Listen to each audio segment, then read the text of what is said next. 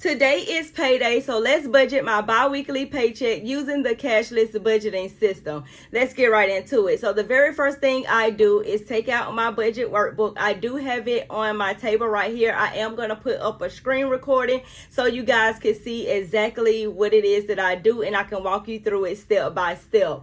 So the very first thing that I do is write down the date that I'm actually paid, because of course I use a budget calendar and I highlight all of the bills and expenses and everything that I plan on spending money on in my calendar, and I highlight that a certain color. All of the expenses written out in or highlighted in purple is what's going to be taken care of with this paycheck. The next thing I focus on is my income. I like to budget my income at the lowest amount that I've ever received for this year. And this year, the lowest amount that I've ever received was $1,900. But my paycheck was actually $2,125.27. Now, I also include the remaining amount of money that I have in my checking account, which the lowest amount that I've ever had left in my checking account is $0. But today I actually had $31.45 remaining in my account, which gives me a total budget of $2,156.72 to actually work with for this pay period. Now, y'all know that my priority is saving money, investing, and putting money into my retirement. So those are going to be things that I do automatically. So before money is even deposited into my checking account and into my savings account, the very first thing that I'm going to put money towards is my retirement. And I budget $108.76. This pretty much is going to be the same, same all across the board, unless I make more money, my income goes up or something like that, because it's based on the percentage of my salary. The next is investing. I'm budgeting $113.79. That is pretty much going to stay the same as well, unless my salary changes. So I'm putting 3% into my investment account, and my job is putting 1%. I've dropped it from 5%. At the beginning of the year, I had 5% going into my investment account, and my job was putting 5%, and I dropped it down because I'm focusing on paying off all of my credit cards and my collection account this year. So I had to sacrifice something in order for me to kind of like maximize the amount of money that I had coming in. But as soon as I'm done with paying off these credit cards and this collection account, I am going to raise this back up, and I'm hoping that I can raise it further than just the 5%.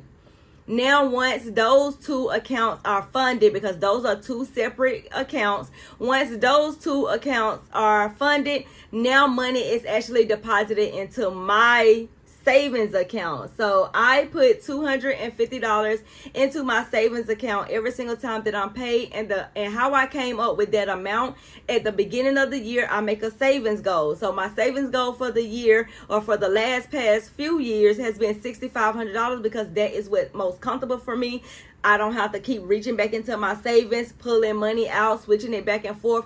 I found that $6,500 was my sweet spot, and I'm kind of like, happy about that amount. So I take out $250 every single time that I'm paid. And if I continue on doing that, by the end of the year, I should have $6,500 into my savings. So that's the next thing that is that's the amount of money that is placed into my savings account.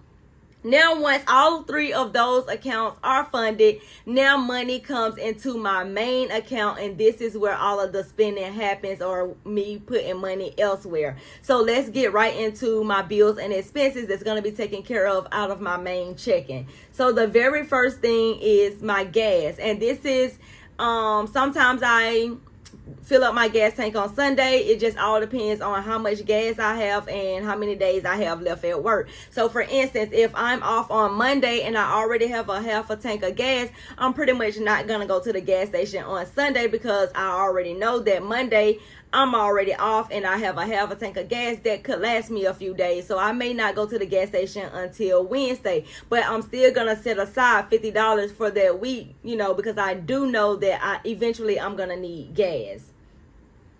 Next up is my short-term disability. That's going to be $82.44. And I forgot to mention, for gas, I budget $50 a week. And let me know in the comments if you guys want to see like my gas station runs, because I usually do those on Sundays with my Sunday reset. So let me know if you guys want to see, you know, what it is I actually do on Sundays, where I go to the grocery store, I fill up my gas tank, and I just prepare myself for the week.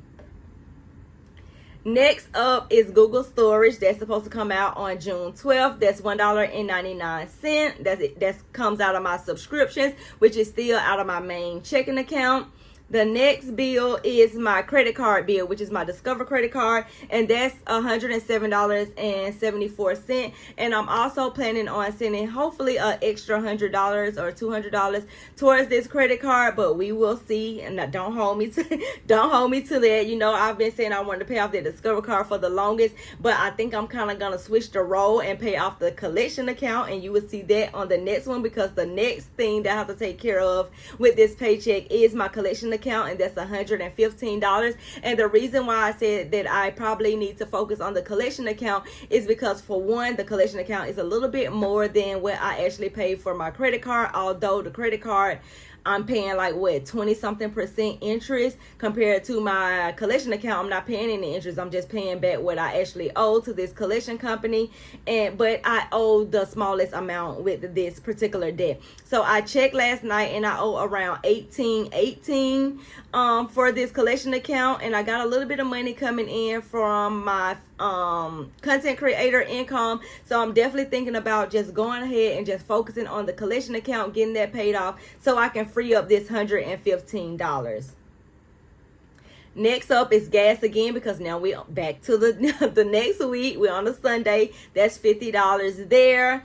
Then the next expense is my Merit credit card. Merit credit card is actually paid off, you guys. I do not recommend this credit card at all, because as you can see, I'm still paying a monthly fee even though I do not use this credit card. There's no balance on this credit card, but they are charging me a $4 fee, I guess, to keep it open. Now, when I was using this credit card, there wasn't a monthly fee. I think that there was an annual fee, but once I paid it off, I saw that every single month I was carrying over this $4 balance because it was charging me a monthly fee. So now what I do is I add up everything, and I see, okay, well, do I have enough money from my paycheck and what I have in my accounts that's coming in?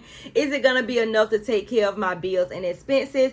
And the total for my bills and expenses for this pay period is $883.72.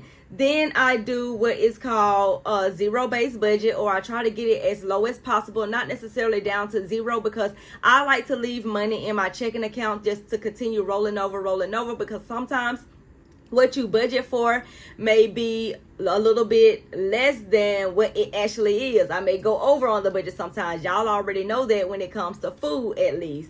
So once I take my income, which is $2,156.72, and I subtract my expenses, which is $883.72, it leaves me with $1,273, which is a lot of money. Now, I know eventually mortgage and my utilities are going to come up again, and y'all know I have a separate account for my main house bills. So I don't like to necessarily pay my mortgage and utility or send that big chunk of $1,750. I don't like to send that with one particular paycheck. What I usually like to do is leave money sitting in the account, so when it's time to pay the mortgage and utilities or send that money to my house account all over again, I won't have to send my whole entire check, and I can have money remaining over. So what I'm gonna do this pay period is I'm gonna take out $600, and I'm gonna keep it in my checking account, or maybe I should roll it over to my savings account, because my main checking also have a savings account. I usually use that savings account as a sinking fund for like my sneakers, if I'm saving for something like that, if I'm saving for birthdays, holidays, and stuff like that. But I don't necessarily really have anything that I'm actually saving for this month, so I may can roll that $600 into my savings account just so I won't spend it, and then when it's time to get ready to pay that mortgage or send the mortgage to the house account, I can swap that money back over and then send it over to the house account. Next up is groceries. Now, I don't know if I mentioned this in the last video, but I went over on my budget. Go ahead and check out on my last video on basically my budget recap for the month of May. I went over on my budget and I told myself, you know what, I probably need to take my grocery money out of this account, because like I told y'all before, I leave money sitting in this account and it rolls over and rolls over, and because I see money in there, or because I know that I'm always leaving money over there, I'm going over on the budget. Let's just be honest. I'm going over on my budget and I'm not taking it seriously and I'm not being disciplined. So this month, guess what I'm doing? I'm going back to my credit card. I got a credit card with a $300 limit on it.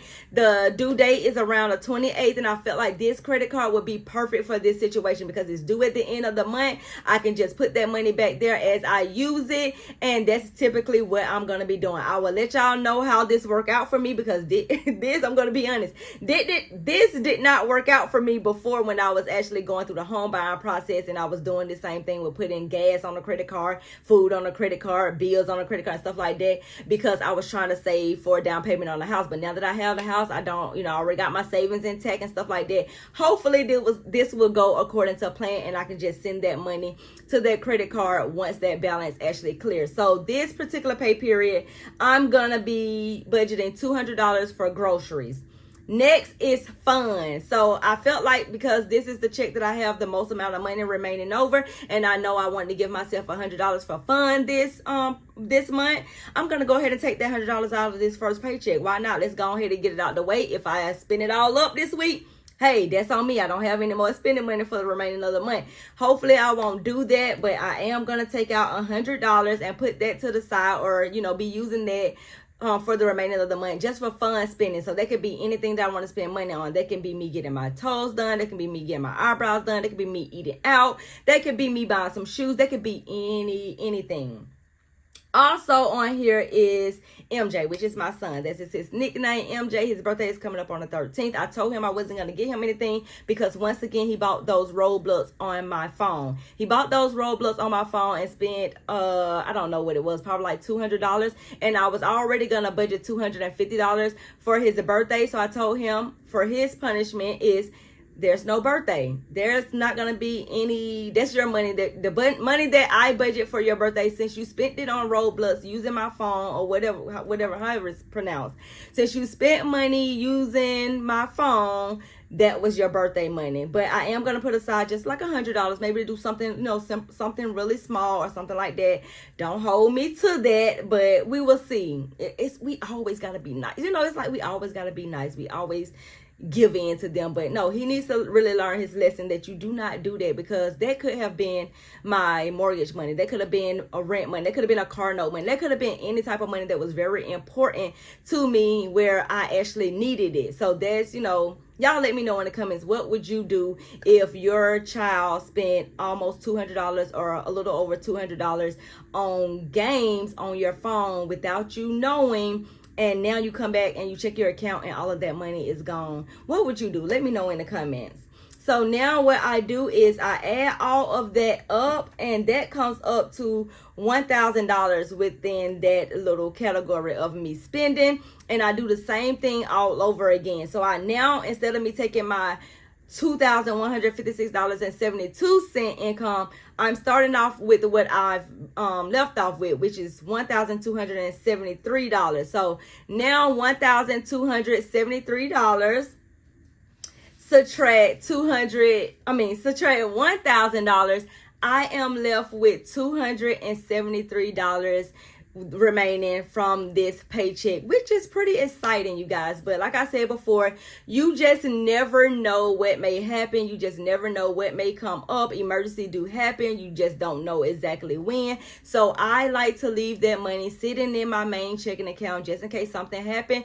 And if it does, then I can take care of it with that money right there. And if it doesn't, then that money can just roll over towards my next paycheck just in case, I might need need that because, of course, with that next paycheck is going to be hitting towards that time to pay mortgage all over again. So I hope this video was very helpful for you guys. I know y'all wanted me to break it down, step by step, and I hope that this was actually the video that actually broke it down step by step by me having the screen record on the screen.